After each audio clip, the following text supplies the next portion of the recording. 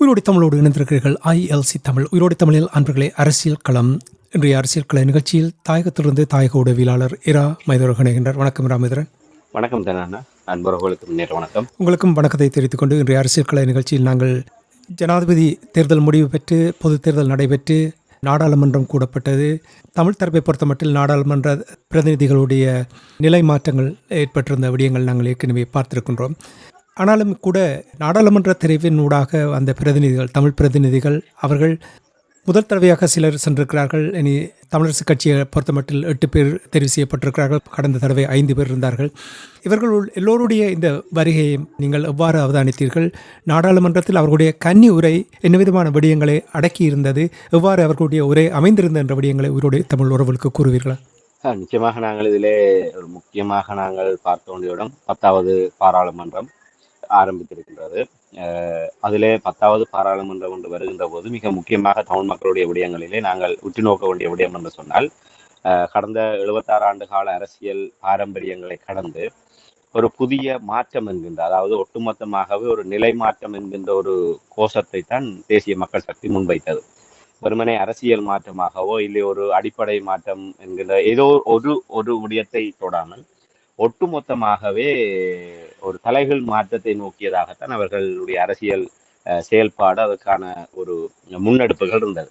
அந்த வகையிலே எதிர்பார்த்ததை போன்று 3-2 பெரும்பான்மையோடு இந்த தேசிய மக்கள் சக்தி அரசாங்கம் ஒரு தனிப்பெரும் தரப்பாக, எந்தவித கூட்டணிகளும் இல்லாமல் ஒரே ஒரு கட்சியாக, ஒரு தரப்பாக அவர்கள் கடந்த 2020ஆம் ஆண்டு பார்த்தால் பொதுஜன பெரமுன கூட்டணி, அதாவது பொதுஜன பெரமுன முன்னணி என்ற அடிப்படையிலே அதிலே ராஜபக்சேகளுடைய பொதுஜன பெரமுனவும் இருந்தது. அதிலே ஜேவிபியில இருந்து விமல் வீரவன்சேதர, புதிய ஹமன்பில போன்ற பலர் இணைந்த ஒரு கூட்டணியாகத்தான், பொதுஜன முன்னணியாகத்தான் அவர்கள் அந்த ஆட்சியிலே 144 என்று நினைக்கின்றேன், 144 உறுப்பினர். ஆனால் இது தேசிய மக்கள் சக்தி என்பது அவர்கள் ஒரே குடைக்கு கீழ் ஜேவிபியினுடைய ஒரு சமகால ஒரு முகம்தான் தேசிய மக்கள் சக்தி. ஆகவே அவர்கள் ஒரு தரப்பாக, ஒரு கட்சியாக இந்த ஒரு மகத்தான வெற்றியை அவர்கள் பெற்றிருக்கிறார். ஆகவே இந்த பாராளுமன்றம் என்பது அந்த தலைகள் மாற்றத்துக்குள்ளே அவர்கள் சொல்லிக் கொண்டிருக்கின்ற விடயம், தமிழர்கள், முஸ்லிம்கள், சிங்களவர்கள் என்ற வேறுபாடு இல்லாமல் ஒரு சமத்துவமாக இலங்கையர்களாக இலங்கையை முன்னோக்கி கொண்டு செல்லக்கூடிய வகையிலான ஒரு ஆட்சியை தேசிய மக்கள் சக்தி அரசாங்கம் கொண்டு வரும் என்பதுதான் அவர்களுடைய ஒரு அறைகூவலாக இருந்தது. ஆகவே அப்படிப்பட்ட ஒரு அறைகூவலோடு ஆட்சி பொறுப்பை ஏற்றிருக்கின்ற தேசிய மக்கள் சக்தியினுடைய தலைமையிலே, அனுரகுமார திசாநாயக்க அவர்களுடைய தலைமையிலே 10வது பாராளுமன்றம் என்பது ஒரு மிகுந்த எதிர்பார்ப்போடு முக்கியத்துவம் வாய்ந்ததாக அமைகின்றது. வெறுமனே கடந்த காலத்தை போன்று வாய் வார்த்தையாக அல்லாமல் இவர்கள் செயல்பாட்டிலே சில விடயங்களை செய்வார்கள் என்ற நம்பிக்கையோடு ஒரு உற்று நோக்கப்படுகின்ற தருணத்திலே இலங்கையினுடைய 10வது பாராளுமன்றம் என்பது மிக முக்கியமான இடத்தை பெறுகிறது. அதிலே தமிழ் தரப்பினுடைய வகிபாகம் என்ன என்பதைத்தான் நாங்கள் இங்கே பார்க்க வேண்டியிருக்கின்றது. வெறுமனே கடந்த பாராளுமன்றங்களை போன்று ஒரு பேச்சு போட்டி நடத்துகின்ற அரங்கமாகத்தான் தமிழ் தரப்பு கடந்த ஆயுதங்கள் மௌனிக்கப்பட்ட 15 ஆண்டுகளில் நாடாளுமன்ற களத்தை தமிழ் மக்களுடைய உரிமைக்கான போராட்டத்திலே, நீதிக்கான போராட்டத்திலே அவர்கள் எந்த ஒரு படிமுறை ரீதியான முன்னேற்றத்தை அடையக்கூடிய வகையிலே அந்த நாடாளுமன்ற களத்தை இவர்கள் பயன்படுத்தவில்லை. அந்த நாடாளுமன்ற ஒற்றையாட்சிக்கு உட்பட்ட இலங்கை பாராளுமன்றத்துக்குள்ளாக தமிழ் மக்களுடைய அபிலாஷைகள் தீர்க்கப்படாது என்பது திண்ணம், அதிலே மாற்றுகிறதுக்கு இடமில்லை.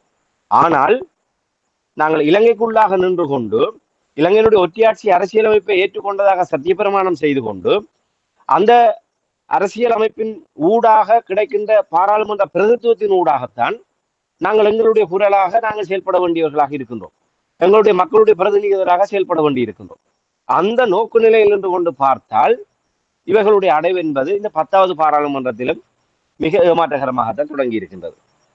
ஏனென்று சொன்னால், அந்த 10வது பாராளுமன்ற அமர்வு தொடங்குவதற்கு முன்னரே ரெல்வின் சில்வா தமிழ் தரப்பை ஒரு நெறிப்படுத்தக்கூடிய வகையிலே ஒரு கடிவாளத்தை போட்டுவிட்டார்.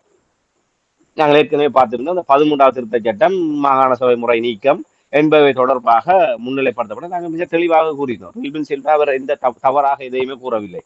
புதிய அரசியலமைப்பினூடாக இந்த விடயங்கள் எல்லாம் சரி செய்யப்படும் என்ற ஒரு விடயத்தை கூறினார்கள்.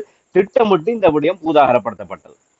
தமிழ் தரப்பு எதை பேச வேண்டும், தமிழ் தரப்பு எந்த நிலைப்பாட்டிலே பயணிக்க வேண்டும் என்பதை தெற்கிலங்கை தீர்மானிக்கின்ற ஒரு கடந்த கால வழித்தடத்தில் தான் 10வது பாராளுமன்றத்திலும் தமிழ் தரப்பினுடைய பயணம் ஆரம்பித்திருக்கின்றது என்பது மிக ஏமாற்றமான கசப்பான விடயம். அதிலே எல்லோருமே, சாணக்கியனாக இருக்கட்டும், ஸ்ரீதரன் அவர்களாக இருக்கட்டும், எல்லோருடைய கேள்வி என்பது ரில்வின் சில்வாவினுடைய கருத்துக்கு அரசாங்கத்தினுடைய உத்தியோகபூர்வமான நிலைப்பாடு என்ன? ஜேவிபியினுடைய பொதுச் செயலாளராக இருக்கின்ற ரில்வின் சில்வாவினுடைய 13வது திருத்த சட்டம் மாகாண சபை தொடர்பான விடயங்களில் நீக்கப்படும் என்ற ஒரு கருத்துக்கு இந்த அரசாங்கத்தினுடைய உத்தியோகபூர்வமான நிலைப்பாடு என்பதை இங்கே தெரிவிங்கள் என்று. அதிலே அவர் தெளிவாக சொன்ன விடயம், புதிய அரசியலமைப்பினூடாக சமத்துவம் என்பதை நாங்கள் ஏற்படுத்துகின்ற போது 13வது திருத்த சட்டத்தை வைத்திருக்க வேண்டிய அவசியம் இல்லை, மாகாண சபை முறைமையை வைத்திருக்க வேண்டிய அவசியம் இல்லை என்ற ஒரு விடயத்தை அவர் அதிலே குறிப்பிட்டிருந்தார். அந்த விடயங்களுடைய மூலத்தை ஆராயாமல், இது எதற்காக பேசப்படுகின்றது என்பதை கூட அறியாமல் அவர்கள் விரித்த விலையிலே நாங்கள் விழுகின்றோம் என்று சொன்னால், இந்த ஏமாளித்தனமான அரசியலை நாங்கள் என்னவென்று சொல்வது? ஆகவே 10வது பாராளுமன்றத்திலும் தமிழ் மக்களுக்குரிய ஒரு அவலமான ஒரு நிலை அங்கே அரங்கேறி இருப்பதைத்தான் நாங்கள் பார்க்கணும். இதுல யாருமே பாரபட்சம் இல்லை. அந்த 13வது ரில்வின் சில்வாவினுடைய கருத்துக்கு அரசாங்கத்துடைய உத்தியோகபூர்வ நிலைப்பாடு என்ன என்பதை பாராளுமன்றத்தில் இவர்கள் பதிவு செய்த விதம், நாங்கள் இந்த 10வது பாராளுமன்றத்தில் ஆணித்தரமாக இடித்துரைக்க வேண்டிய பல விடயங்கள் இருந்தது. கடந்த 15 வருடமாக நாங்கள் எவ்வாறு ஏமாற்றப்பட்டுக் கொண்டிருக்கிறோம், 76 ஆண்டுகளாக நாங்கள் ஏமாற்றப்பட்டுக் கொண்டிருக்கிறோம் என்பது வேறு. ஆயுதங்கள் மௌனிக்கப்பட்டதற்கு பின்னராக இந்த 15 ஆண்டுகளிலே தமிழ் மக்கள் இந்த பாராளுமன்ற அரசியல் மீது நம்பிக்கை வைத்து வாக்களித்து தங்களுடைய பிரதிநிதிகளை தெரிவு செய்து நாங்கள் இந்த பாராளுமன்றத்தின் ஊடாக இந்த விடயங்களை எல்லாம் முன்வைத்தோம். பாராளுமன்றத்தினுடைய மேற்பார்வையிலே இந்த பேச்சுவார்த்தைகள் ராஜபக்சேகளுடைய காலத்திலே நான் நினைக்கிறேன் 19 சுற்று பேச்சுவார்த்தைகள் நடைபெற்றது.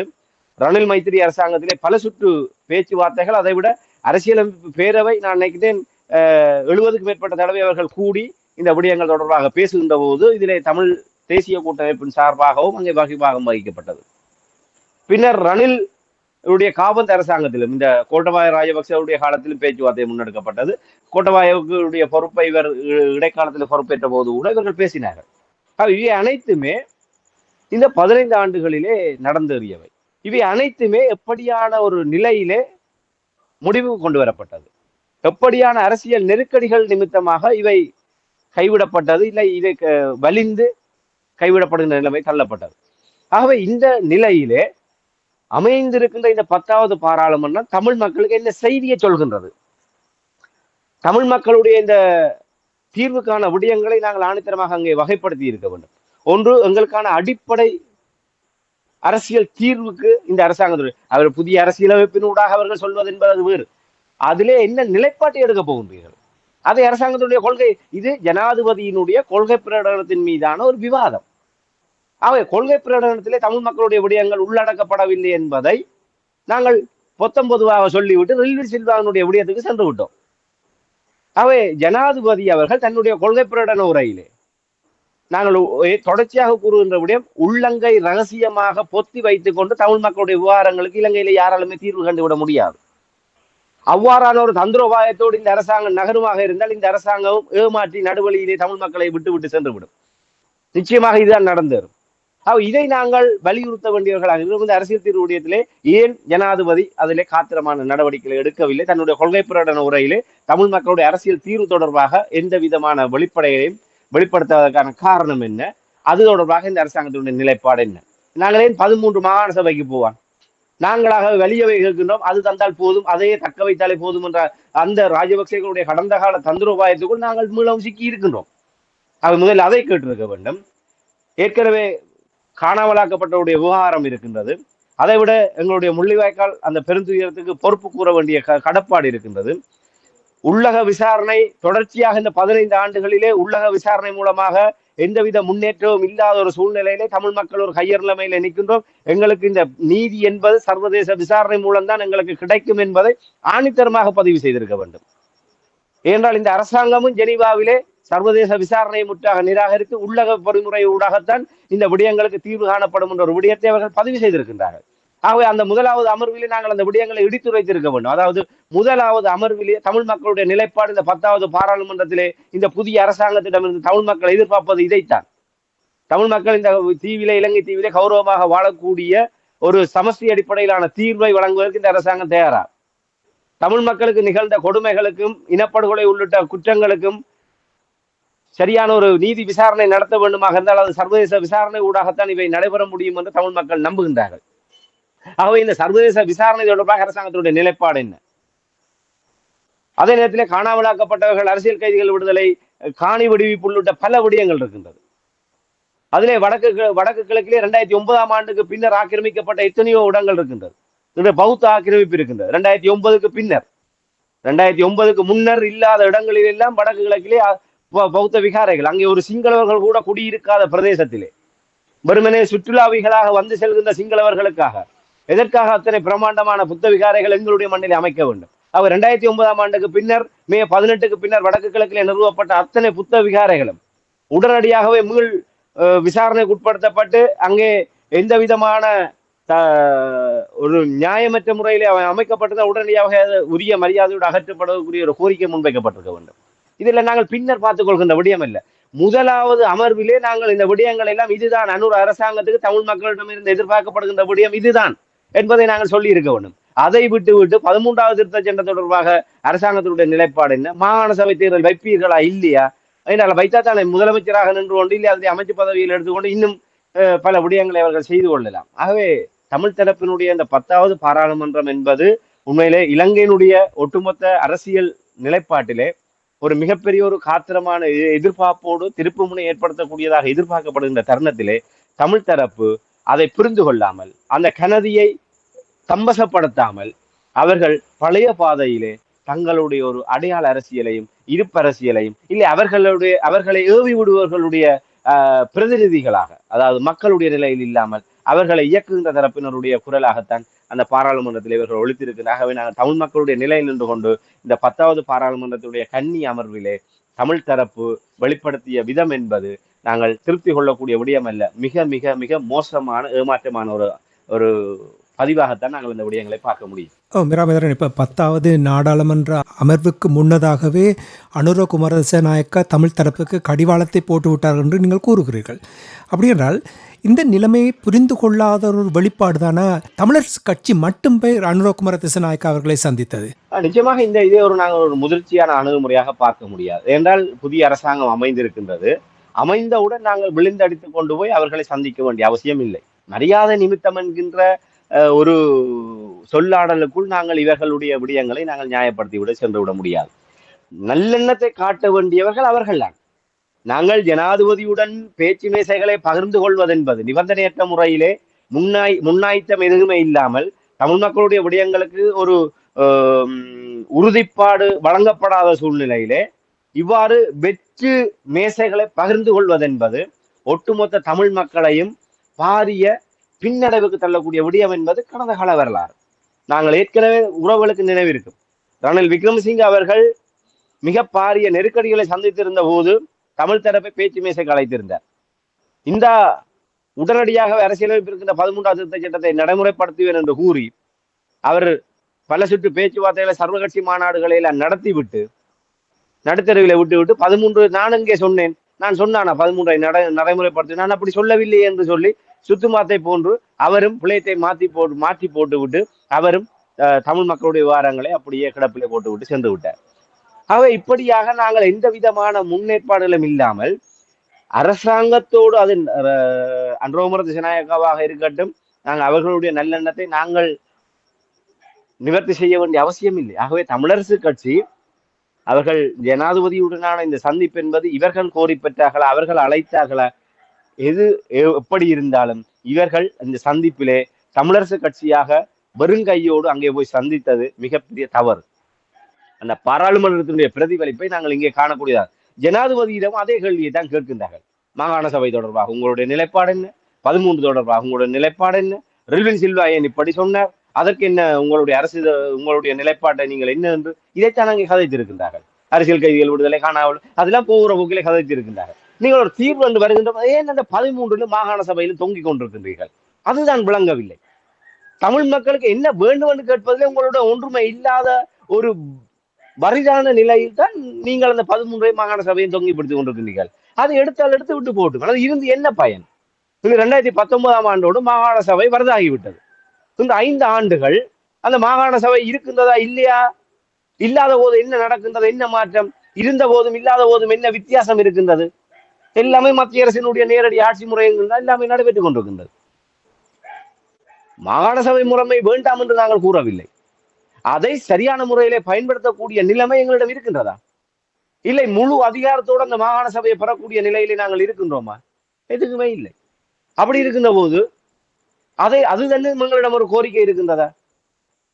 இல்லை. நாங்கள் 2019ஆம் ஆண்டு ஜெனீவாவிலே இந்தியா இந்த விடயங்களை வலியுறுத்திய போதே மிக தெளிவாக கூறியிருந்தோம். உடனடியாக நாங்கள் தமிழ் தரப்பு ஒன்று கூடி மாகாண சபையிடமிருந்து பறிக்கப்பட்ட அத்தனை அதிகாரங்களையும் எது மாகாண சபைக்கு இல்லாது இருக்கின்ற காரணத்தினால் தமிழ் மக்களுடைய அதிகாரங்கள் விடயங்களை கையாளுவதிலே பலகீனமாக இருக்கின்றதோ அதை மேலதிகமாக சேர்க்க வேண்டிய விடயங்களையும் கலந்து ஆலோசித்து அதை ஒரு அறிக்கையாக தயார் செய்து உடனடியாகவே நாங்கள் அரசாங்கத்திடமும் இந்திய தரப்பிடமும் கையளிக்க வேண்டும். இந்த அடிப்படையில் மாகாண சபை நடைமுறைப்படுத்தப்படுமாக இருந்தால் நாங்கள் அதை அந்த தேர்தலிலே போட்டியிடுவதற்கு நாங்கள் தயாராக இருக்கின்றோம். அதிகாரங்கள் பறிக்கப்பட்ட வெற்று கூடாக இருக்கின்ற இந்த பொம்மை அரசாங்கத்தினுடைய தேர்தலிலே நாங்கள் முற்றாக நிராகரிப்போம் என்று ஒன்றுபட்டு ஒரே குரலிலே பேச வேண்டும். 2019 நாங்கள் பேசியிருந்தபடியா 2019 நாங்கள் இந்த விடயம் 13 நோக்கித்தான் இந்தியா சர்வதேச மயப்படுத்தி இருக்கின்றது. அதன் அடிப்படையில் தான் இந்த விடயங்கள் நகரப்போகின்றது. ஆகவே இந்த பொறிக்குள் நாங்கள் சிக்காமல் இருக்க வேண்டுமாக இருந்தால் முதலிலே நாங்கள் 13 அம்பலப்படுத்த வேண்டும். மாகாண சபையில் இருக்கின்ற பலகீனங்களை அம்பலப்படுத்த வேண்டும். அதை சரி செய்ய வேண்டுமாக இருந்தால் நாங்கள் வருங்கையோடு சென்று பிரயோசனம் இல்லை. இதை எவ்வாறு முழுமைப்படுத்துவது, இருப்பதை எவ்வாறு முழுமைப்படுத்துவது என்பது தொடர்பாக எங்களிடம் திட்டம் இருந்திருக்க வேண்டும். இன்று வரை 5 ஆண்டுகளாக நாங்கள் பேசிக் கொண்டிருக்கிறோம். 5 ஆண்டுகள் தொடர்பாக இதுவரை எவரிடமும் அப்படியான ஒரு ஆலோசனை நடத்தப்படவில்லை, ஆவணமும் இல்லை, ஒரு வரைவும் இல்லை. இறுதியாக விக்னேஸ்வரன் அவர்கள் தான் ரணில் விக்ரமசிங்கோடு சேர்ந்து பழைய வடகிழக்கு மாகாணத்தினுடைய பொறுப்பில் இருந்த இன்னொரு பேராசிரியர் விக்னேஸ்வரன் அவரோடு சேர்ந்து ஒரு மதிப்பாய்வு ஒன்றை செய்தார்கள். அது அறிக்கை வடிவத்துக்கு வந்ததா, அது தமிழ் தரப்பு கரிசனை காட்டியதா என்பது அது வேறு விடயம். ஆனால் ஏதோ ஒரு முயற்சி ஒன்று எடுக்கப்பட்ட, ஆனால் அது அரசாங்கத்தின் சார்பில் எடுக்கப்பட்ட முயற்சி. தமிழ் தரப்பாக இவர்கள் எங்கே முயற்சி எடுத்தார்கள்? அந்த 13 என்னென்ன அதிகாரங்கள் பறிக்கப்பட்டது என்பதையாவது பட்டியலிட்டு நாங்கள் உலகத்துக்கு அம்பலப்படுத்தி இருக்கின்றோமா? இல்லை. குறைந்தபட்சம் இந்தியாவுக்காவது நாங்கள் அதை தெரியப்படுத்தி இருக்கின்றோமா? நீங்கள் கொண்டு வந்த மாகாண சபை இது, இப்போது இருக்கின்ற மாகாண சபை இது, ரெண்டுக்கும் உள்ள வேறுபாட்டை பாருங்கள். ஆகவே எங்களுக்கு நீங்கள் அப்போது கொண்டு வந்ததை அதே நிலையிலே மாகாண சபையை கொண்டு வாருங்கள், அப்போதுதான் நாங்கள் தேர்தலில் போட்டியிடுவோம் என்று எங்களாலே அதை உரத்தை சொல்ல முடியவில்லை. எங்களிடம் ஒன்றுமே இல்லை. ஆகவே நாங்கள் இப்படியா வருங்கையிலே போய் நின்று கொண்டு அன்றோமர் திசாநாயக்காவோடு பேசி என்ன பயன் பெற போகின்றது?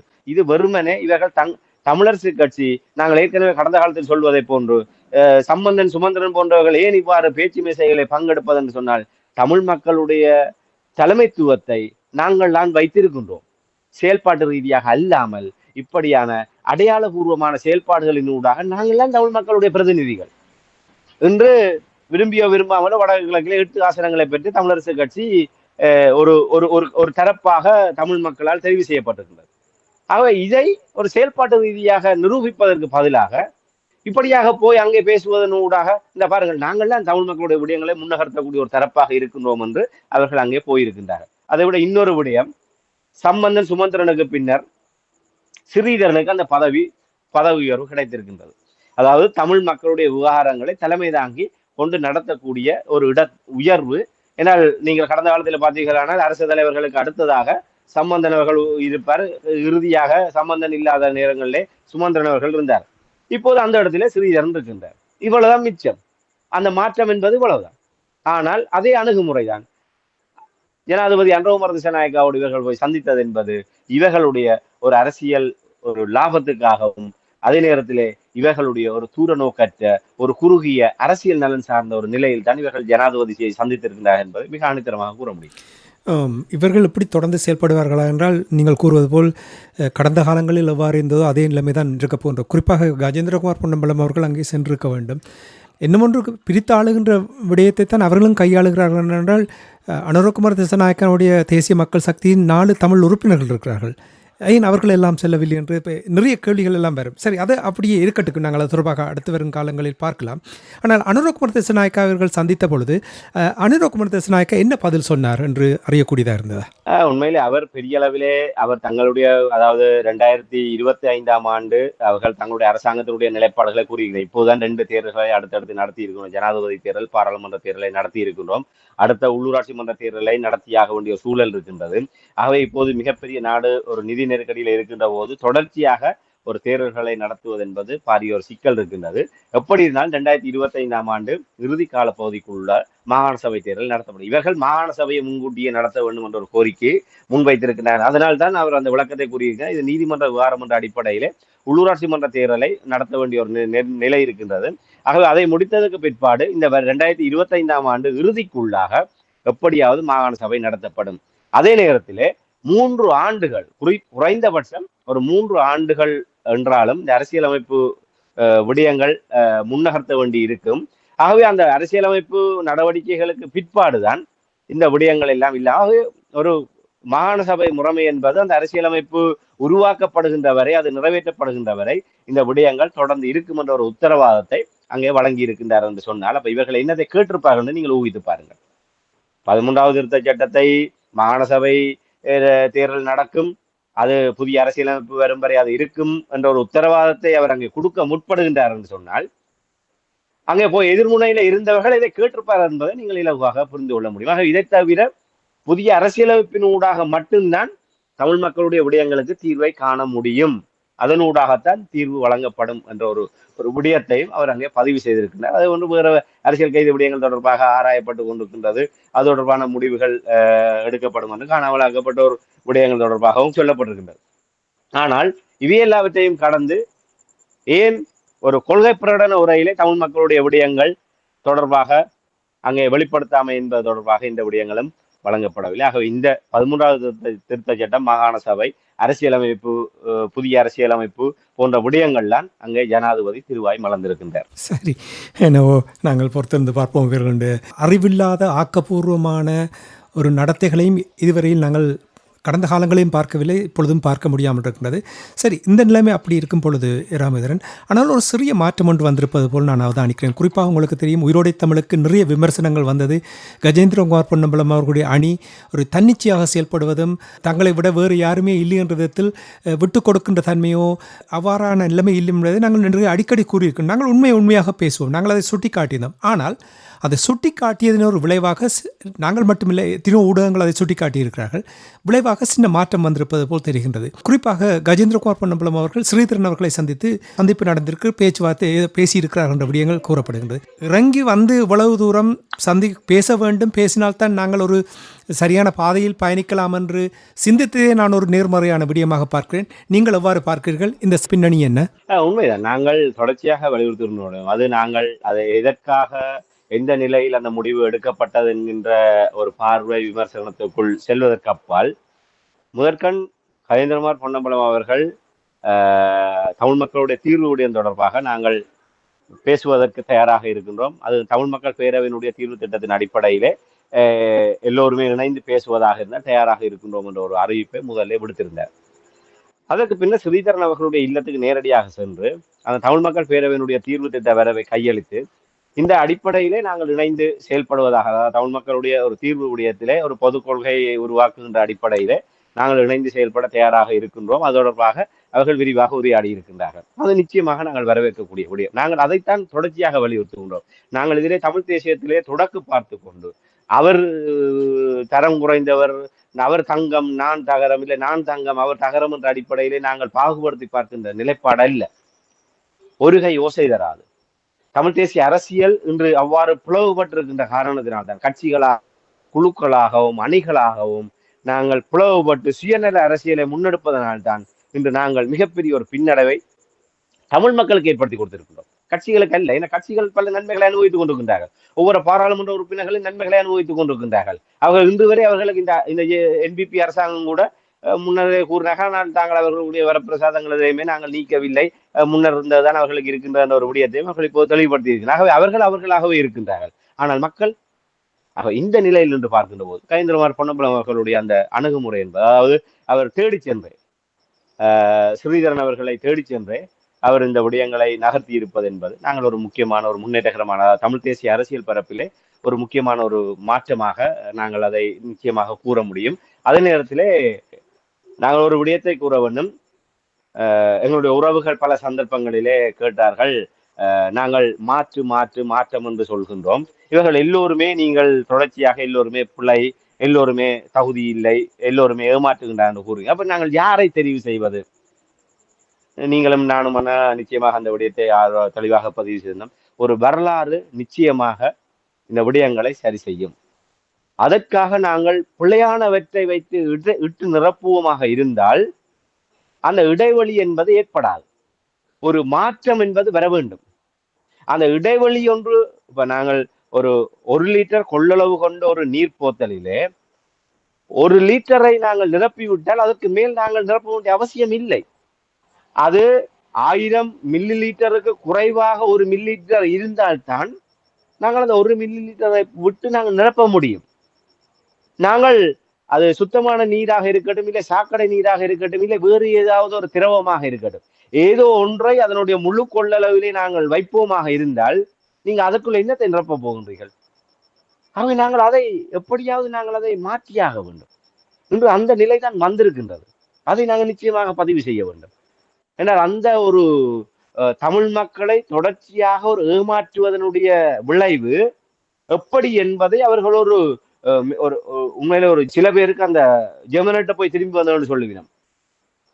ஒரு மரணத்தின் நொடி இறுதி தழுவல்ல இருந்து தப்பி மீண்டு வந்து நாங்கள் ஜெர்மன் வாசலுக்கே போய் வந்துட்டோம், எவ்வளவுத்தின் வாசலுக்கே போய் வந்துட்டோம் என்று சொல்ற மாதிரியான ஒரு மனநிலையைத்தான் எங்களோட கட்சிகளுக்கு வழங்கியிருக்கு. இதுக்காக தமிழரசு கட்சி வெண்டுட்டுது, தமிழரசு கட்சி எல்லா ஆசனங்களையும் கைப்பற்றி இருக்கின்றதுக்காக தமிழரசு கட்சியும் ஏதோ பெரிய வெற்றி பெற்றதாக நாங்கள் இன்னொரு சந்தர்ப்பத்தில் பார்ப்போம். அது மிக விரிவாக 8 ஆசனங்களை பெற்றிருக்கின்றது என்பதற்காக தமிழரசு கட்சியினுடைய வெற்றி என்பது ஒட்டுமொத்தமாக தமிழரசு கட்சியை தமிழ் மக்கள் ஏற்றுக்கொண்டு விட்டார்கள், தமிழரசு கட்சி தான் தமிழ் மக்களுக்காக பாடுபட்டது என்ற அர்த்தம் அல்ல. அந்த வெற்றிகளுக்கு பல காரணங்கள் இருக்கின்றது, பல அடிப்படை கூறுகள் இருக்கின்றது, மக்களுடைய தெரிவுக்கான பின்னணி நிலைவுகள் இருக்கின்றது. அதை விட்டு வெளியே பார்த்தால் பலருக்கு மரண அடி விழுந்திருக்கின்றது. அந்த ஏற்படுத்திய அந்த மரண அடிதான் சிந்திக்க வைத்திருக்கின்றது. அந்த நிலையில் நின்று கொண்டு இப்படி சிந்தித்ததுக்கு நாங்கள் முதலில் தலை வணங்க வேண்டும். என்றால் அதை உணர்ந்திருக்கின்றார்கள். மக்களுடைய அந்த மாற்றத்தை, மக்களுடைய மன உணர்வுகளை அவர்கள் உணர்ந்திருக்கின்றார்கள். ஆகவே அவர்கள் காலம் பிந்தியேனும் இப்படியான ஒரு நிலைமைக்கு தமிழ் தேசிய மக்கள் முன்னணி வந்ததை இட்டு நாங்கள் மிக மகிழ்ச்சியோடு தமிழ் மக்களுடைய நிலை நின்று கொண்டு, தமிழ் தேசத்தினுடைய நிலை நின்று கொண்டு அவர்களுடைய அந்த மாற்றத்தை நாங்கள் ஏற்றுக்கொண்டுதான் ஆக வேண்டும். ஆகவே அது மிக ஆரோக்கியமான விடயம். நாங்கள் தொடர்ச்சியாக கூறுவதை போன்று நாங்கள் எதுக்குமே இல்லாமல் இருப்பதை விட நாங்கள் ஒன்றை கையில் வைத்துக்கொண்டு, தமிழ் மக்கள் பேரவையினுடைய தீர்வு திட்டத்தை வைத்துக்கொண்டு தமிழ் தரப்பு இந்த விடயங்களை அணுக முற்படுவது என்பது அது மிக ஆரோக்கியமான ஒரு விடயம். என்றால் அந்த தமிழ் மக்கள் பேரவையினுடைய தீர்வு திட்டம் என்பது வெறுமனே ஒரு 20-30 பக்கங்களை கொண்ட ஒரு வரைவு அல்ல.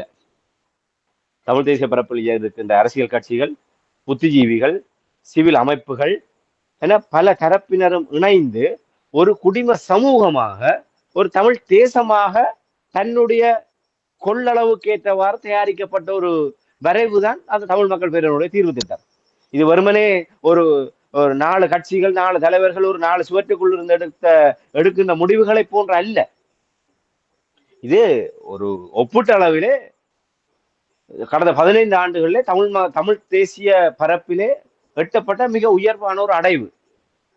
அதுல குறைபாடுகள் இருக்கும், நிச்சயமாக குறைபாடுகள், விமர்சனங்கள் என்று எல்லாவற்றிலும் இருக்கின்றது. எல்லோரையும் எல்லா விடயத்திலுமே திருப்திப்படுத்தி விட முடியாது.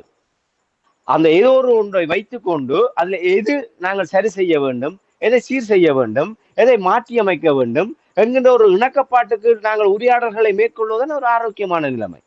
இதைத்தான் நாங்கள் கடந்த காலம் தமிழ் தேசிய மக்கள் முன்னணியை நாங்கள் இன்றும் மதிக்கின்றோம். தமிழ் தேசிய மக்கள் முன்னணி தொடர்ச்சியாக தமிழ் தேசியம் சார்ந்து முன்னெடுக்கப்படுகின்ற இடங்களிலே தமிழ் தேசிய மக்கள் முன்னணி ஏன் இருக்க வேண்டும் என்று சொன்னால், அவர்கள் விட்டுக் கொடுப்பற்ற முறையிலே நின்று கொண்டு இந்த விடயங்களை நேர்வழியிலே வழிநடத்தக்கூடிய ஒரு தரப்பாக அவர்கள் இருக்கின்றார்கள். ஆனால் அவர்களுடைய முரட்டு பிடிவாதம் என்பது நாங்கள் தான் சுத்த தங்கம் என்று தமிழ் தேசியத்திலே துடக்கு பார்ப்பதில் தான் தவறு இருக்கின்றது. இவர்கள் அந்த இடங்களிலே நின்று கொண்டு இன்று தமிழ் பொது வேட்பாளர் விடயம் வருகின்றது என்று சொன்னால், 2019 இவர்கள் ஒன்று சேர்ந்தார்கள். ஒரு தமிழர்கள் எவ்வாறு இந்த தேர்தலை எதிர்கொள்வது என்பதிலே 8 கட்சி 10 கட்சியில் இவர்களும் இருந்தார்கள். பின்னர் நடுவழியிலே விட்டு விட்டு சென்று விட்டு இல்லை நாங்கள் புறக்கணிக்க போகின்றோம், அது மக்கள் பார்த்துக் கொள்வார்கள் என்று சென்றார்கள். இவர்கள் இந்த தேர்தலை முன்கூட்டியே முடிவெடுத்தார்கள். அவருடைய கட்சியினுடைய அனுதாபிகள் கட்சியினுடைய மட்டத்திலே பெரும் எண்ணிக்கையானவர்கள் நாங்கள் பொது வேட்பாளரை ஆதரிக்க வேண்டும் என்று வலியுறுத்திய போது கூட அதை கூட கௌரவ பிரச்சனையாக, என்னால் அவர்கள் ஏற்கனவே நாங்கள் முடிவெடுத்து விட்டோம் புறக்கணிப்பது, இந்த நேரத்தில் முடிவை மாற்றினால் அது நல்லா இருக்காது, ஆகவே நாங்கள் என்னதான் இருந்தாலும் நாங்கள் இது அவர்களுடைய கௌரவ பிரச்சனை. இந்த தமிழ் மக்களை இந்த தமிழ் மக்கள் 2,25,000 மக்கள் சங்கு சின்னத்துக்கு ஆதரவாக வாக்களித்தார்கள். இன்று தமிழ் தேசிய மக்கள் முன்னணியுடைய எல்லோருமே இணைந்து இது ஒரு மக்கள் முன்னெடுப்பாக நாங்கள் மாற்றி இருந்தால் இன்று வேறு விதமான செய்தியை நாங்கள் சொல்லியிருக்க முடியும். ஆகவே இந்த இடத்திலும் அவர்கள் அங்கே தவற விட்டார்கள்.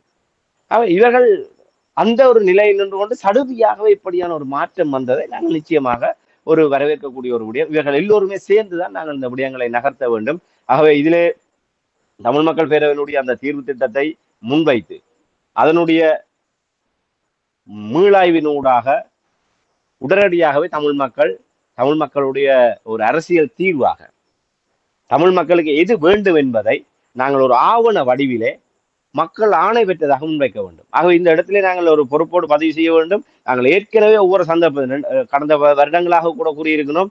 முதலிலே தமிழ் மக்களுடைய பிரதிநிதிகளாக இருப்பவர்கள், கட்சி தலைவர்கள், அரசியல் பிரதிநிதிகள், இவர்கள் அனைவருமே தமிழ் தரப்புக்கும் இலங்கை அரசாங்கமாக இருக்கட்டும், இந்தியாவாக இருக்கட்டும், இல்லை மேற்குலகமாக இருக்கட்டும், தமிழ் மக்களுக்கு நியாயத்தையோ தீர்வையோ தரக்கூடிய எதிர்த்தரப்பாக இருப்பவர்களுக்கும் தமிழ் மக்களுக்கும் இடையே ஒரு முகவர்களாக இல்லை ஒரு தபால்காரர்களாக செயல்படக்கூடிய நிலையை அவர்கள் உணர்ந்து கொள்ள வேண்டும்.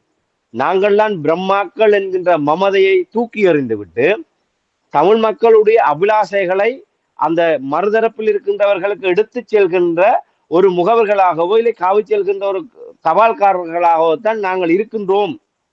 அந்த நிலையில் இவர்கள் சென்றால்தான் நாங்கள் உண்மையான அடைவை அடைய முடியும். அதிலே தமிழ் தேசிய மக்கள் முன்னணியும் அந்த நிலைப்பாட்டை இறுக்கமாக வரித்து கொள்ள வேண்டும் என்பதை இந்த இடத்துல எங்களுடைய தயவான கோரிக்கை என்று சொன்னால், உண்மையிலே தமிழில் விடுதலை புலிகள் அமைப்பு இருந்த காலப்பகுதியிலே பல்வேறு பேச்சுவார்த்தைகள் முன்னெடுக்கப்பட்டது. அந்த பேச்சுவார்த்தைகளிலே நிறைவேற்ற அதிகாரம் கொண்டவர்கள் அந்த பேச்சுவார்த்தை மேசைகளிலே எந்த உலகத்திலும் அவ்வாறான நிலைமை இல்லை. என்னால் முடிவெடுக்கக்கூடிய அதிகாரம் உள்ள 2 தரப்பினர் இன்று இஸ்ரேல் விவகாரமாக இருக்கட்டும், இல்லை ரஷ்யா உக்ரைன் விவகாரமாக இருக்கட்டும், அங்கே அடுத்தடுத்த நிலையில் இருப்பவர்களால் செல்கின்றார்கள். ஏனால் அந்த விடயம் நீடிக்க வேண்டும் என்பது அவர்களுடைய உள்ளார்ந்த விருப்பமாக இருக்கின்றது. இந்த பேச்சுவார்த்தைகள் என்று வருகின்ற போது தமிழ் தரப்பிலும் எங்களுடைய அரசியல் குழுவினர் ஒன்று அண்ணன் பாலசிங்கம் அவர்கள், தேசத்துக்கு ஒரு அண்ணன் பாலசிங்கம் இல்லை பிரியடிய தமிழ்ச்செல்வன் அவர்களுடைய தலைமையிலே அந்த குழுவினர் சென்ற போது பல்வேறு விடயங்கள் பேசப்படுகின்ற போது நாங்கள் தலைமையோடு உரையாடி, ஏனால் இது தனிப்பட்ட ரீதியாக அண்ணன் பாலசிங்கம் அவர்களோ தமிழ்ச்செல்வன் அவர்களோ எடுக்கிற முடிவல்ல. இங்கே வந்து அவர்கள் அதை ஒரு மீளாய்வு செய்ய வேண்டும். அங்கே இருக்கின்ற தலைவர் உள்ளிட்ட பல்வேறு நிபுணத்துவம் வாய்ந்தவர்களோடு இந்த விடயங்களை பேச வேண்டும். இந்த முடிவுகள் எப்படி எங்களுடைய தேசத்தை எங்களுடைய மக்களை பாதிக்க போகின்றது, இதுல என்ன உள்ள ஒரு சூட்சுமம் என்ன இருக்கின்றது, நாங்கள் அந்த பேச்சு மேசையிலே நாங்கள் ஒரே நிலைப்பாட்டில் இருக்கின்ற போது சில விடயங்கள் சரி மாதிரி தெரியும். அதை நாங்கள் இவ்வாறு பல கோணங்களிலே ஆய்வு செய்கின்ற போதுதான் இது எதற்காக இவர்கள் இந்த விடயத்தை கொண்டு வருகின்றார்கள், உண்மையில இதை நம்பக்கூடியதா, இது ஏதாவது பாதிப்புகள் இருக்கின்றதா, அதை ஆராய வேண்டும். அதற்காக நாங்கள் மீளவும் அடுத்த சுற்று பேச்சுவார்த்தைக்கு வருகின்ற போது இதனை முன்னேற்றகரமான நிலைமையோடு வருகின்றோம் என்று அவர்கள் சொல்லக்கூடிய வாய்ப்புகள் இருக்கின்றது. நாங்கள் அந்த நிலையை ஏற்படுத்த வேண்டும்.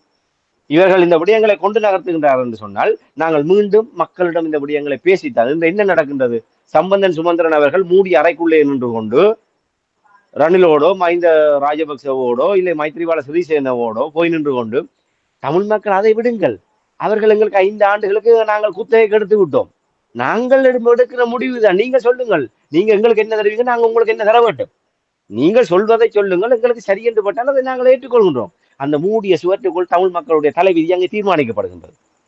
சுமந்திரன் அவர்கள் ஐநா செல்கின்றார், வாஷிங்டன் செல்கின்றார், அங்கே சென்று அமெரிக்கா அந்த உயர்மட்ட தரப்பினரோடு இலங்கையினுடைய நலன் சார்ந்து அங்கே முடிவுகள் எடுக்கப்படுகின்றது. உள்ளக விசாரணை தான் நாங்கள் கலப்பு பொறிமுறையை கொண்டு வருவோம் என்பதாக எல்லாம் அங்கே வைத்து முடிவெடுக்கப்படுகின்றது. இலங்கை சார்ந்து அமெரிக்கா சார்ந்த மேற்குலகத்தினருக்கு இருக்கின்ற நலன்களுடைய அடிப்படையிலே அந்த முடிவுகள் எட்டப்படுகின்றது. அவை இங்கே வாக்களித்த மக்கள், நீதி எதிர்பார்த்துக்கின்ற மக்கள் இங்கே ஏமாந்து போயிருக்க தனி நபர்களாக இனத்தை அடமானம் வைத்து அவர்கள் செயல்படுகின்றார்கள். இந்த நிலை இங்கே இருக்கக்கூடாது. இப்போது இவர்கள் ஒன்று சேர்ந்தாலும் இவர்கள் அந்த அவ்வாறு தான் தோண்டித்தனமாக இல்ல சர்வதகரித்தனமாக நாங்கள்லாம் தமிழ் மக்களுடைய விடயங்களை தீர்மானிப்போம் போது இவர்கள் முடிவெடுக்க கூட. ஆகவே கஜேந்திரகுமார் பொன்னம்பலம் அவர்களுடைய இந்த அணுகுமுறையை நாங்கள் வரவேற்கின்றோம். அதை ஏனைய அரசியல் கட்சிகளும் அதை வரவேற்க அந்த இதுல இணைய வேண்டும். அதே நேரத்திலே நாங்கள் மக்களால் தெரிவு செய்யப்பட்ட இந்த பாராளுமன்ற உறுப்பினர்களை கொண்ட கட்சிகள் மட்டும்தான் இதில் பயணிக்க வேண்டும் என்ற ஒரு வரையறையை கூட இவர்கள் போடக்கூடாது. இந்த இடத்துல தோற்று போனவர்கள் வென்றவர்கள் என்ற பாரபட்சம் இருக்கக்கூடாது. தமிழ் தேசிய பரப்பில் இயங்குகின்ற அத்தனை கட்சிகளையும் சிவில் அமைப்புகளையும் புத்திஜீவிகளையும் புலம்பெயர் சமூகத்தையும் ஒரு தரப்பாக உள்ளடக்கி ஒரு பரந்துபட்ட ஒரு கூட்டை உருவாக்கித்தான் அதனூடாகத்தான் நாங்கள் இந்த காத்திரமாக தமிழ் மக்களுடைய விடயங்களை நகர்த்த முடியும். இந்த நிலையில் நின்று கொண்டு தமிழ் தேசிய மக்கள் முன்னணி செயல்படுமாக இருந்தால் அந்த முன்னெடுப்பிலே தமிழ் தேசிய மக்கள் முன்னணியும் உண்மையாக உறுதியாக இருக்குமாக இருந்தால் நாங்கள் நம்பிக்கையோடு அந்த முன்னெடுப்புக்கு பின்னால் தமிழ் மக்கள் அணியமாகலாம். ஏனென்று சொன்னால் அவர்கள் இதை பிள்ளையாக செல்வதற்கு விடமாட்டார்கள். ஆனா இந்த நிலையில் அது வழிநடத்தப்பட வேண்டும். எல்லோரையுமே சம பங்காளராக நாங்கள் எங்களுக்கு தான் வாக்கள் தேவை, நாங்கள் எம்பியா இருக்கிறோம், ஆகவே மற்றவையெல்லாம் தோத்து போனார்கள் என்று அந்த பரிகாசம் இல்லாமல் அரசியல் ரீதியாக நீங்கள் உங்களுக்குள் மோதிக்கொள்ளுங்கள். தேர்தல் அரசியலில் நீங்கள் போட்டியிடுங்கள், அதிலே நீங்கள் பகமை பாராட்டுங்கள், அது எந்தவித பிரச்சனையும் இல்லை. ஆனால் தமிழ் மக்களுடைய விடயம் கொண்டு வருகின்ற உள சுத்தியோடு எல்லோருக்கும் சம கௌரவத்தை கொடுத்து அவர்களையும் ஒரு தரப்பாக உள்வாங்கி எல்லோருடனும் கண்ணியமான ஒரு பேச்சை நடத்துவதற்கு இவர்கள் தயாராக இருக்க வேண்டும். அதுதான் மிக முக்கியமான விடயம். ஆகவே இவருடைய மாற்றம் என்பது வெறுமனே ஒரு ஊடகங்களுடைய தலைப்புச் செய்திகளுக்காக அல்லாமல் இவ்வாறு உள்ளார்ந்தமாக இந்த விடயங்கள் ஒரு ஆரோக்கியமாக நகர்த்தப்படுமாக இருந்தால் தமிழ் தேசம் உண்மையிலே அந்த மண்ணுறங்கும் மாவீரர்களும் முள்ளிவாய்க்காலில் மூச்சடங்கிய அந்த மக்களுடைய ஆத்மாவுடைய அந்த தியாகங்களும் வீண் போகாத ஒரு நிலைமையை நோக்கி நகர்த்த முடியும். இல்லை, இந்த வழித்தடத்தை நாங்கள் இதுவரை குறிப்பிட்ட அந்த வழித்தடங்களை கடந்து வெறுமனே ஒரு தலைப்புச் செய்திகளுக்காகத்தான் இந்த விடயங்கள் என்று சொன்னால் நிச்சயமாக எவராக இருந்தாலும் அவர்கள் மன்னிக்க மாட்டார்கள் என்பதை மட்டுமே இந்த இடத்துல பதிவு செய்ய முடியும். ராமேந்திரன், என்னை பொறுத்த மட்டில் கஜேந்திரகுமார் பொன்னம்பலம் அவர்களுடைய இந்த அணுகுமுறை மிகவும் வரவேற்கத்தக்கது, அரசியல் முதிர்ச்சியை வெளிப்படுத்துகின்றது என்பது போல் நான் உணர்கிறேன். இப்பொழுதுதான் புரிய தொடங்கியிருக்கிறார்கள் போல் இருக்கிறது. குறிப்பாக இந்த இவ்வாறான நகர்வுகளை தேர்தலுக்கு முன்னதாக 2 ஆண்டுகளுக்கு முன்னதாக குறைந்தபட்சம் செயல்படுத்தியிருப்பார்களாக இருந்தால் இப்பொழுது தமிழ் தேசிய மக்கள் முன்னணியுடைய நிலை வித்தியாசமாக இருந்திருக்கும். 50,000க்கும் மேற்பட்ட வாக்குகளை பெற்றிருந்த தமிழ் தேசிய மக்கள் முன்னணி இந்த தடவை 20,000 மட்டும்தான் பெற்றிருக்கிறார்கள். அப்போ பாருங்கள் எவ்வளவு வீழ்ச்சி அடைத்திருக்கிறார். ஆனால் இவர்கள் சரியாக பயணித்திருந்தால் மக்கள் நிச்சயமாக ஆதரவு வழங்கியிருப்பார்கள். குறிப்பாக அவர்கள் ஒன்றை உணர்ந்திருக்கிறார்கள், நிலை மாற்றம் வர வேண்டும், அந்த நிலை மாற்றம் எங்களிடமிருந்து வர வேண்டும் என்ற அந்த முதிர்ச்சியை வெளிப்படுத்தி இருக்கிறார்கள் என்றுதான் நான் அவதானிக்கிறேன். இதைத்தான் நாங்கள் இதுவரை காலமும் கடந்த 4 ஆண்டுகளாக வானொலியில் இங்கே கூறும் பொழுது எங்களுக்கு சேறு பூசப்பட்டது என்னவென்று சொன்னால் கீழ்த்தரமாக பேசுகிறோம் என்று. உங்களுக்கு தெரியும், தமிழ் மக்கள் பேரவையை உடைக்க வேண்டும் என்று நாங்கள் செயல்பட்டோம், உடைத்து விட்டோம் என்று அவர்களுடைய வாயாலை கூறியவர்கள் இவர்கள். அப்போ இப்படி நிலை மாற்றம் வருவதை நான் உண்மையிலே வரவேற்கிறேன். கஜேந்திரகுமார் பொன்னம்பலம் இதிலிருந்து தன்னுடைய தலைமைத்துவத்தை அவரிடம் இருக்குது என்று தான் நான் 5 ஆண்டுகளுக்கு முன்னதாக நான் ஊகித்தேன், எதிர்பார்த்தேன். ஆனால் இதுவரையில் அவ்வாறான ஒரு நிலைமையை எதிர்காட்டவில்லை. இனியாவது காட்டி அந்த நிலை மாற்றத்தை ஏற்படுத்தி தன்னுடைய தலைமைத்துவத்தை, அதனுடைய பண்புகளை, அம்சங்களை வெளிப்படுத்தி தமிழ் மக்களுக்கு ஒரு சரியான விடிவை பெற்றுக் கொடுப்பதற்கும் அவர் பங்களிக்க வேண்டும். அவர் தான் பெற்றுக் கொடுக்க போகிறார்னு நான் சொல்லவில்லை, பங்களிக்க வேண்டும். ஏனென்றால் ஒவ்வொரு விடயமும் நீங்கள் செய்கின்ற ஒவ்வொரு நாளும் செய்கின்ற, குறிப்பாக தமிழ் மக்களை பிரதிநிதித்துவப்படுத்தும் ஒவ்வொரு உறுப்பினர்களும் நீங்கள் செய்கின்ற விடயங்கள் வரலாற்றில் அங்கே பதியப்படுகிறது. இப்பொழுது பேசாவிட்டாலும் 10 ஆண்டுகளில் பேசுவார்கள், நீங்கள் என்ன செய்தீர்கள், நீங்கள் என்ன செய்ய தவறினீர்கள் என்று. உங்களை வரலாற்றிலிருந்து அகற்ற மாட்டார்கள். நீங்கள் ஒன்றையும் செய்யவில்லை என்றாலும் கூட அகற்ற மாட்டார்கள் என்றால் அதை சுட்டி காட்டுவார்கள். எனவே மக்களுக்கு பணிபுரிய வேண்டும் என்று வந்தீர்கள், செயல்படுவீர்கள். அந்த மாற்றத்தை நான் பார்க்கிறேன், வரவேற்கிறேன் என்று கூறிக்கொண்டு ராமேந்திரன் கூறிய விடயத்தை வைத்து யோசித்த பொழுது நீங்கள் நிச்சயமாக அங்கே களத்திலிருந்து மக்கள் பேசுகின்ற விடயங்களை நீங்கள் பார்ப்பீர்கள். அரசியல்வாதிகளுடைய செயல்பாடுகளை உன்னிப்பாக பக்கத்திலிருந்து அவதானித்துக் கொண்டிருக்கிறீர்கள்.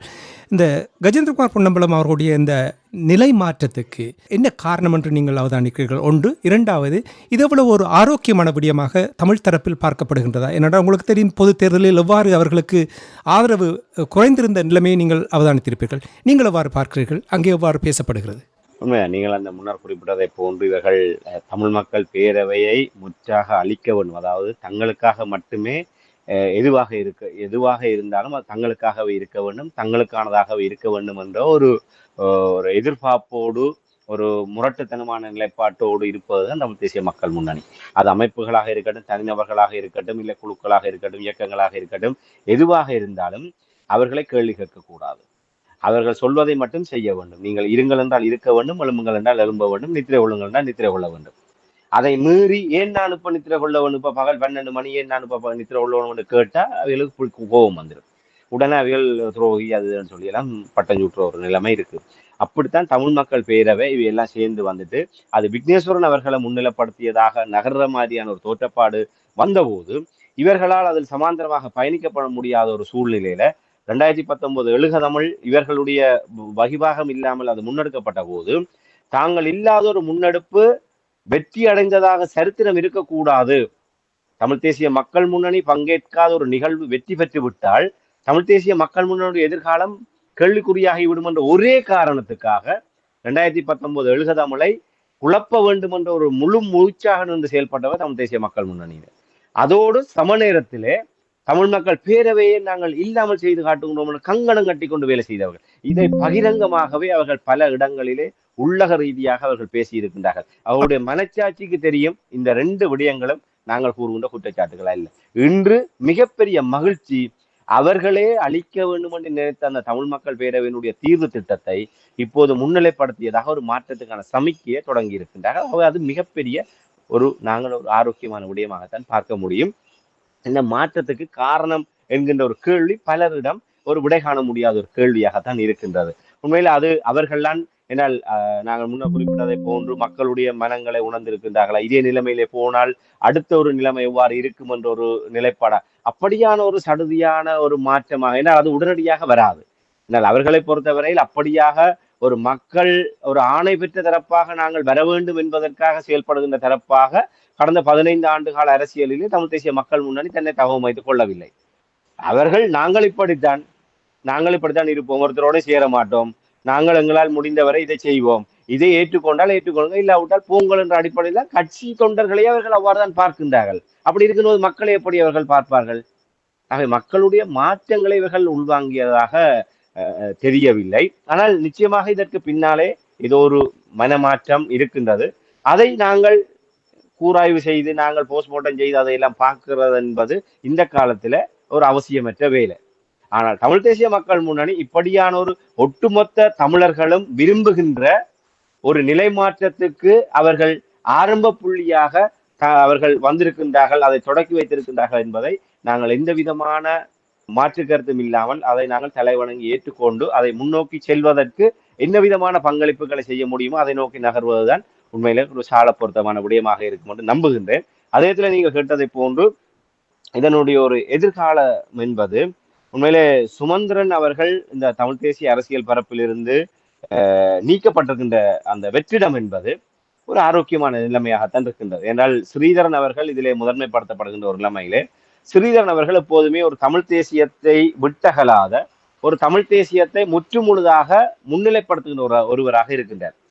அதே நேரத்திலே அவர் எல்லோரும் இணைந்து பயணிப்பதற்கு எப்போதுமே ஒரு அழைப்பு விடுக்கக்கூடிய விரும்புகின்ற ஒருவராக, இப்ப அவர்களுக்கு ஒவ்வொருவருக்கும் இவர்களை ஏன் மாறினார்கள் என்பதற்கு இவர்களுக்கு ஒரு உள்ள அந்த காரணம் இருப்பதை போன்று எல்லோருமே ஒன்றாக சேர்ந்து பயணிக்க வேண்டும் என்று சொல்வதற்கு ஒவ்வொருக்கும் ஒரு காரணம் இருக்கின்றது. ஆனால் அவர் எதற்குமே தடை இல்லாதவர். ஆகவே ஸ்ரீதரன் அவர்கள் இப்போது தமிழரசு கட்சி சார்பாக 8 பாராளுமன்ற உறுப்பினர்கள் இருக்கின்றார்கள். இன்று ஸ்ரீதரன் அவர்களுடைய ஒரு தலைமைத்துவம் அங்கே அடுத்த வருவதற்கான வாய்ப்புகள் இருக்கின்றது. இங்காலே கஜேந்திரகுமார் பொன்னம்பலம் தரப்பு அவர்களும் ஒரு தரப்பாக இருக்கின்றார்கள். ஆகவே 2 தரப்புமே ஒரு அடுத்த கட்டத்துக்கு நகரக்கூடிய ஒரு நிலைமை இருப்பதை நாங்கள் பார்க்கக்கூடிய ஒரு நிலைமை இருக்கிறது. சுமந்திரன் அவர்களுடைய சுமந்திரன் அவர்கள் இனிமேல் தமிழ் தேசிய அரசியல் பரப்புகள் மூக்க நுழைக்க முடியாது.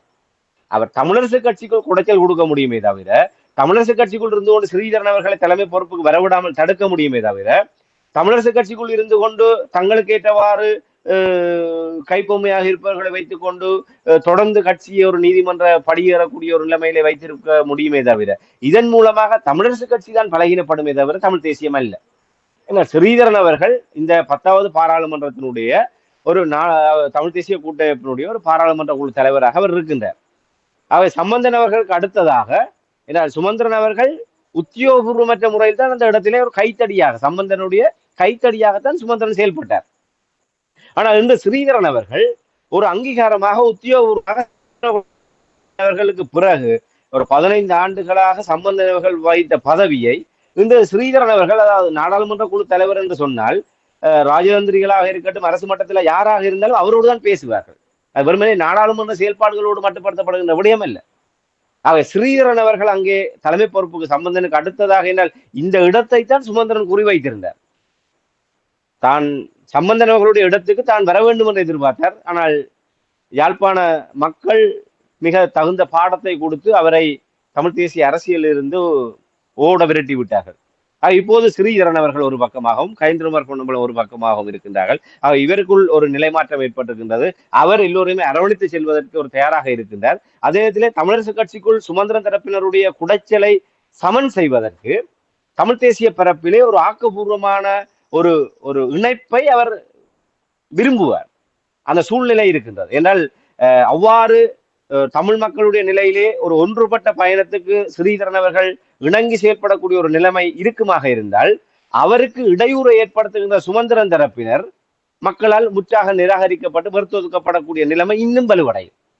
ஆகவே ஸ்ரீதரன் அவர்கள் தன்னுடைய அந்த நிலைப்பாட்டை மேலும் வலுப்படுத்துவதற்கு இங்கால இன்னும் தன்னுடைய ஒரு இணக்கப்பாட்டை வெளிப்படுத்தக்கூடிய சூழல் இருக்குது. ஆகவே ஒரு இந்த விடயங்களை நாங்கள் அவதானிக்கின்ற போது இந்த கயந்திரமார் அவர்கள் காட்டியிருக்கின்ற இந்த சமிக்கை என்பது ஒரு செயல்பாட்டு வடிவத்துக்கு வருவதற்கான வாய்ப்புகள் இருக்கின்றது. ஆனால் திடீரென தமிழரசு கட்சி பாராளுமன்ற குழுக்களாக போய் ஜனாதிபதியை சந்தித்த விடயம் என்பது சாணர முளம் திறக்கிய கதையாக இது மாறிவிடுமோ ஒரு அச்சத்தையும் ஏற்படுத்தி இருக்கிறது.